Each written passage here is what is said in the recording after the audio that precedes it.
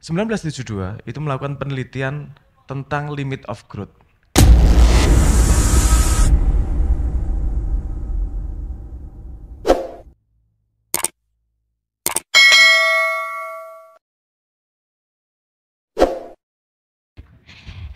Selanjutnya ini adalah pertanyaan dari ketum kita, ketum AB. Silahkan Tum, harus keren pertanyaannya ya Tum ya. Pertanyaan ini. Oh oke, gimana? Satu poin aja. Sahabat-sahabat kalau masih ingat dulu membangkitkan memori ketika sambutan di pelantikan, saya menyebut nama Mas Sabrang bahwa ke depan kita akan melakukan banyak kolaborasi dengan Simbolik. Ini pertanyaan juga sih buat Mas Sabrang sebetulnya. Karena kebetulan setahun, ya walaupun setahun terakhir ya, sering berbincang tentang PMI, Mas Sabrang kan tahu demografi yang dimiliki PMI dengan jumlah kader Mas Sabrang sebanyak ini. Jumlah kader, kemudian juga kita tersebar di berbagai macam kampus, jurusan. Secara basis ideologi juga jelas, Ahlussunnah wal Jamaah, An-Nahdiyah, kita juga nasionalisme, ideologi kebangsaan juga sudah jelas. Nah sebetulnya ini buat sahabat-sahabat Mas, sebetulnya apa yang bisa kemudian dimaksimalkan oleh PMII dari sudut pandang internal mengembangkan dirinya dalam dunia yang sudah tadi panjang lebar dijelaskan 4 pemateri di depan. Juga yang kedua bagaimana sebetulnya peran yang bisa dimaksimalkan PMII untuk terlibat dalam kemajuan-kemajuan dalam masyarakat Indonesia begitu. Nah, karena saya sebenarnya kalau diskusi sama Mas Sabrang ini bisa 4-5 jam. Semalam saya sampai jam 2 dengan beliau begitu, dan ini juga alhamdulillah bukti bahwa Mas Sabrang konsisten betul-betul mendampingi kita di PMI begitu. Ini sulit cari orang kayak beliau yang masih mau sama kita begitu. Terima kasih. Tepuk tangan yang meriah buat ketum. Ini ketum dikasih imani juga berarti ini ya. Gak apa-apa Tum, ini juga hadiah dari Kominfo. Kita fair ya di sini. Oke, silahkan monggo Mas Sabrang ditanggapi kira-kira pertanyaan dari Ketum AB tadi gimana tentang resource PMI yang banyak ini. Oke, cek.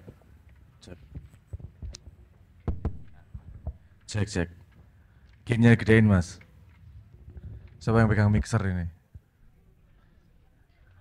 Mas, gainnya gedein ini Mas. Aku mau musik ngerti tadi. Bayar. Jadi enggak, oke. Dari tadi kita akan ngomong tentang yang disebut sebagai whitehead. Whitehead itu mimpi tentang ke depan. Epic meaning-nya gimana dan seterusnya. Itu memang bisa membawa kita dalam satu suasana semangat yang bersama. Tapi kita kadang-kadang juga perlu melihat blackhead-nya. Kenapa kita harus melakukan ini sekarang? Urgensinya di mana nih? Untuk kita bisa segera masuk pada berbuat sesuatu nih. Ada beberapa saya sebelum ngomong PMI saya pengen bercerita sedikit tentang urgensi-urgensi yang terdapat di dunia ini kan gitu. Pertama urgensi tentang bonus demografi di Indonesia. Hampir semua negara sejarahnya itu untuk bisa melakukan lompatan itu ketika mereka mengalami bonus demografi. Bonus demografi adalah ketika populasi produktifnya lebih banyak daripada populasi tidak produktif. Jepang naik ketika ada bonus demografi, Cina juga, Taiwan juga. Sekarang mereka sudah menua, tapi mereka berhasil memanfaatkan untuk melakukan lompatan. Ada yang gagal juga, Thailand gagal, Afrika Selatan gagal. Yang biasanya gagal, negara yang gagal memanfaatkan bonus demografinya itu kemudian naiknya sangat susah. Nah, menurut sejarah yang tercatat, semua negara hanya mengalami itu sekali. Nah ini kita punya hanya waktu 15 tahun sekitar untuk bisa memanfaatkan bonus demografi. Oke, itu blackhead pertama. Kenapa anak muda perlu melakukan sesuatu? Blackhead itu maksudnya ancaman yang kenapa butuh urgensi gitu. Yang kedua, penelitian MIT 1972. Ketika kita melihat mekanisme kapitalisme, itu yang disebut sebagai positif loop, feedback positif. Profit menghasilkan modal menghasilkan profit lebih tinggi, produksi lebih tinggi, profit lebih tinggi dan seterusnya. Feedback positif itu pasti menghasilkan limit of growth. Pertanyaan di dunia adalah kapan nih limit of growth dari kapitalisme? Karena kalau sudah sampai limit, ini akan terjadi yang namanya crash down. Nah, 1972 itu melakukan penelitian tentang limit of growth. Kira-kira kapan collapse nih society nih? Kemudian terjadi 3, nggak apa-apa ya, saya agak ngomong tentang sesuatu yang kayak gini. Ada 3 jalur, ada 3 kemungkinan skenario masa depan. Skenario pertama yang disebut sebagai business as usual. Skenario kedua yang disebut sebagai comprehensive teknologi. Yang ketiga disebut sebagai stabilized world, dunia yang stabil. Business as usual adalah seperti bisnis kita melakukan seperti biasa.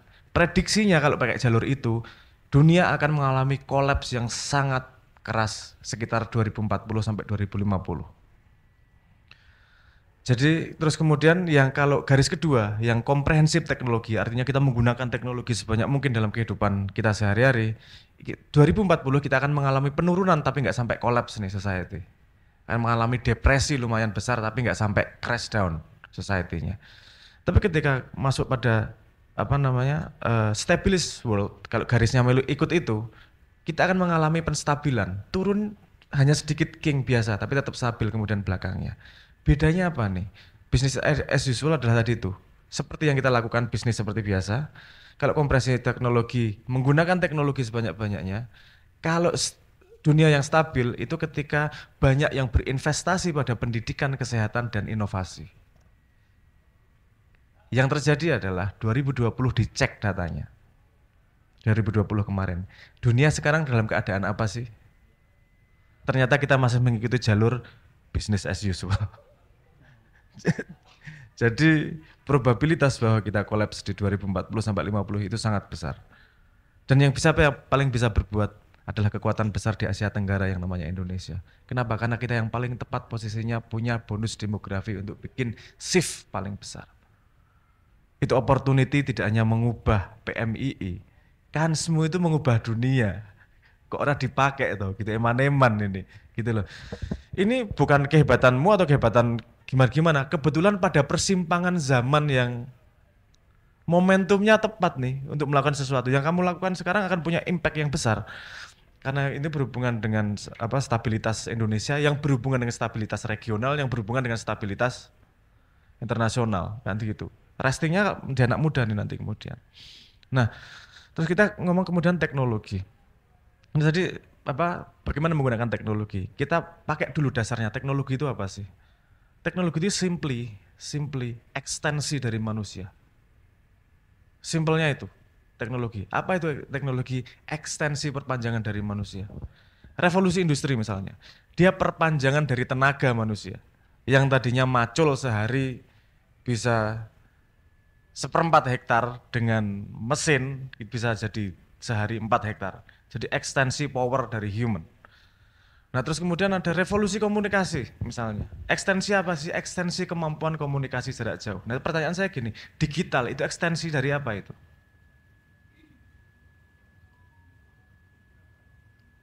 Pernah berpikir, dunia digital dengan codingnya itu ekstensi dari apa? Itu ekstensi dari logic. Manusia bisa mewakilkan logiknya pada mesin. Karena dia menemukan bahasa untuk komunikasi yang namanya bahasa digital. Sehingga dia bisa carry out logic manusia. Dia bisa melakukan logic manusia tanpa manusianya.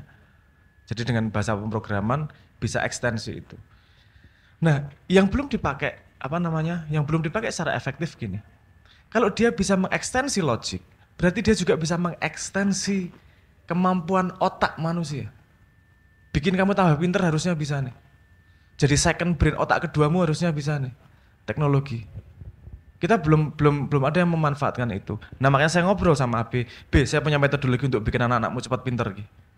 Ada metodologinya. Ini metodologi dari penelitian 1960. Pertama digunakan oleh yang namanya Niklas Luhmann. Tapi metodologi ini kemudian digunakan oleh Richard Feynman, oleh Einstein. Yang paling terkenal Richard Feynman sih sebenarnya yang pakai itu. Stephen Hawking juga memakai itu. Sebuah metodologi cara berpikir. Bukan cara berpikir, ini metodologi untuk komprehensi informasi.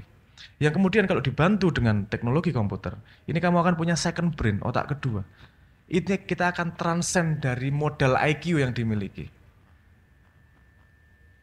IQ adalah salah satu prediktor, ilmu sosial itu prediktor yang sangat lemah. Kalau fisika itu bisa prediksi hasilnya hampir 99% akurat. Tapi kalau ilmu sosiologi, ilmu sosial Nggak bisa prediksi, itu kira-kira tok itu. Ya, itu prediksi yang dari ilmu sosial, prediktor tertinggi itu hanya psikologi. Itu sampai 35%. Itu pun urusan IQ dengan 18 multivariat yang lain untuk bisa memprediksi kesuksesan karirmu di masa depan. Itu butuh sekitar 19 parameter untuk mencapai 35% akurasi. Nah, maksud saya begini, kemampuan manusia adalah dasarnya pada limitasi otaknya. Tapi kalau kita tahu teknologi gunanya adalah ekstensi limitasi dari manusia, bukankah yang paling penting gimana kita bisa mengupgrade manusianya sehingga bisa pandai dan mampu mengkomprehensi informasi secara cepat dan efektif sehingga bisa berkarya dengan lebih banyak dan cepat juga. Gimana caranya? Aku kalau jelaskan sekarang nanti kepanjangan ya, tapi ada metodologinya itu. Jadi ada metodologi cara mencatat, ada metodologi cara mengkoneksi informasi, metodologi untuk komprehensi, sehingga modal yang kita gunakan sehari-hari, gini datanya, Indonesia itu pakai internet dalam sehari 8 jam, 34 menit, kalau nggak salah, sekitar 8 jam lebih dikit. Kalau pakai sosial media sekitar 3 jam 15 menit, itu penelitian 2020 dari Hootsuite kalau nggak salah. Nah itu betapa lama kita menggunakan teknologi, tapi nggak ada upgrade permanen pada yang kita miliki. Kalau tenaga, oke, sudah di-upgrade sama listrik. Kalau komunikasi sudah di-upgrade sama telepon. Otakmu nih, gimana nge-upgrade-nya? Kita masih pakai modal dasar tok nih. Nah saya menawarkan sama AB, orang mungkin wong akeh banget gitu. Kalau kita bisa 2,5% aja, ini saya pakai statistik Gaussian ini, 2,5% adalah pionir. Dokter adalah 12,5%. Kita bisa 2,5% aja mulai jadi inisiator, akan terjadi rolling nih. Tipping point-nya kita bisa sampai 14,5%. 14,5% anak PMII pandai berubah kisah PMII. PMI berubah, Indonesia berubah IKP. Berubahnya dari mana mulainya? Dari ideas dulu.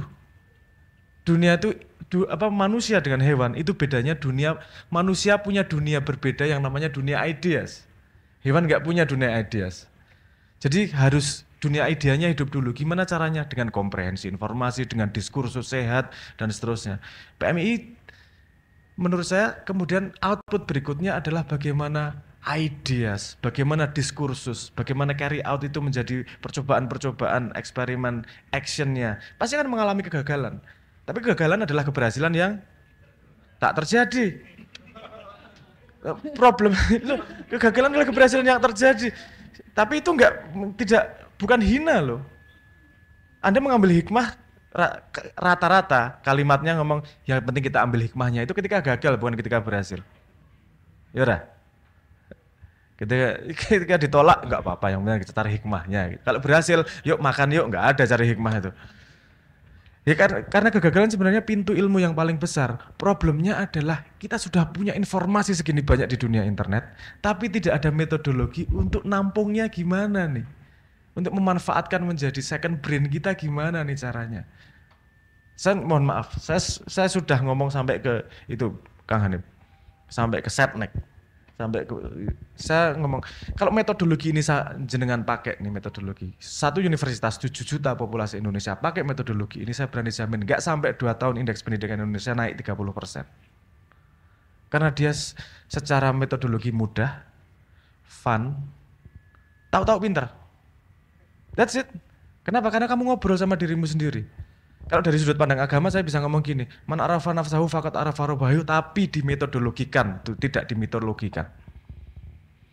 Ada metodologinya. Nah, kenapa saya pengen segera mengajak PMI dan B, ayo toh B. Kamu tuh punya hulu ledak nggak cuman untuk Indonesia ini, hulu ledakmu ini dunia ini. Hulu ledakmu. Dan ini saya nggak exaggerate ya. Dari peta itu sangat bisa dipertanggungjawabkan kalimat saya. Kamu punya hulu ledak yang segini besar nih. Kalau enggak dipancal kayak mana hulu ledaknya. Karena hulu ledak itu paling penting momentumnya juga nih. Kalau momentumnya lewat sedikit, lagunya enggak enak ini. Enggak pas ini kalau telat sedikit ini. Jadi makanya saya sama AB komit. B, tak ewangi gue 100%, tapi komitmen kita konco-konco beneran nih juga ngerjainnya. Karena ketika kamu mengerjakan dirimu yang bermanfaat, yang mendapat manfaat tidak hanya dirimu, tapi Indonesia juga anak cucumu dan dunia. Oke. Masih ada yang mau disampaikan, Mas? Sedikit Gimana? lagi. Oke, sedikit tuh ya Mas ya. Sedikit ya, cerita aja, nggak boleh Oke. ngerokok, saya juga pengen sedikit, nggak lama-lama, soalnya pengen ngerokok, saya nggak kuat, mulut saya ini udah. Gini, kenapa ilmu penting? Dalam semua kegiatan kita cuma perlu 3 komponen, ilmu, tenaga, dan dana. Tapi kalau kamu sudah punya ilmu, kamu sudah punya setengah dari yang perlu dilakukan. Mari manfaatkan benar-benar sebelum saya mati. Hidup saya mungkin nggak lama, tapi perlu ngerokok dulu. Saya kembalikan. Siap. Keywordnya 3 sahabat-sahabat, ilmu, tenaga, dan juga dana. Oke.